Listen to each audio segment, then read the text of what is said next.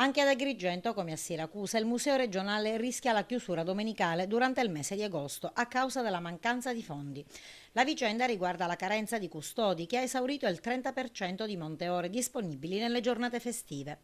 Ma tra i beni culturali a rischio non rientra la Valle dei Templi. Solo il museo presenta il problema legato proprio alla mancanza di personale, la cui dotazione di custodi è rappresentata solo da 25 unità, con cui a fatica si mantiene l'apertura nei giorni feriali. Difatti, in caso di assenza improvvise per malattia o per altri motivi, la direzione è costretta a chiudere una o più sale espositive, riducendo così il percorso di visita del museo. Il problema si pone la domenica e principalmente in un mese, quello di agosto, in cui è previsto un ampio afflusso di turisti. Ma la situazione è ancora in alto mare, come ci spiega la direttrice del Museo Archeologico Regionale di Agrigento, Gabriella Costantino. La carenza di personale è il fatto principale del superamento del 30%, perché a norma di legge ogni istruttore, quindi custode, non può superare il 30% dei festivi o si può arrivare con una deroga però che deve essere contrattata sindacalmente al 50%. E anche un po' di più, perché a volte ci sono stati anni in cui noi siamo arrivati al 60%.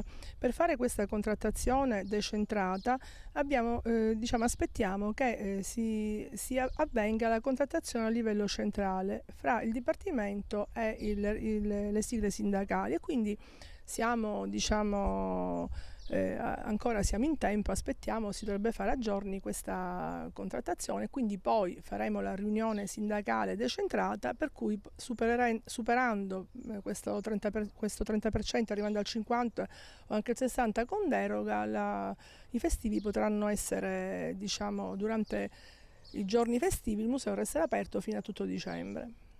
Da un report del 2012 e dalle prime presenze del 2013, il Museo di Agrigento risulta come il più visitato in Sicilia.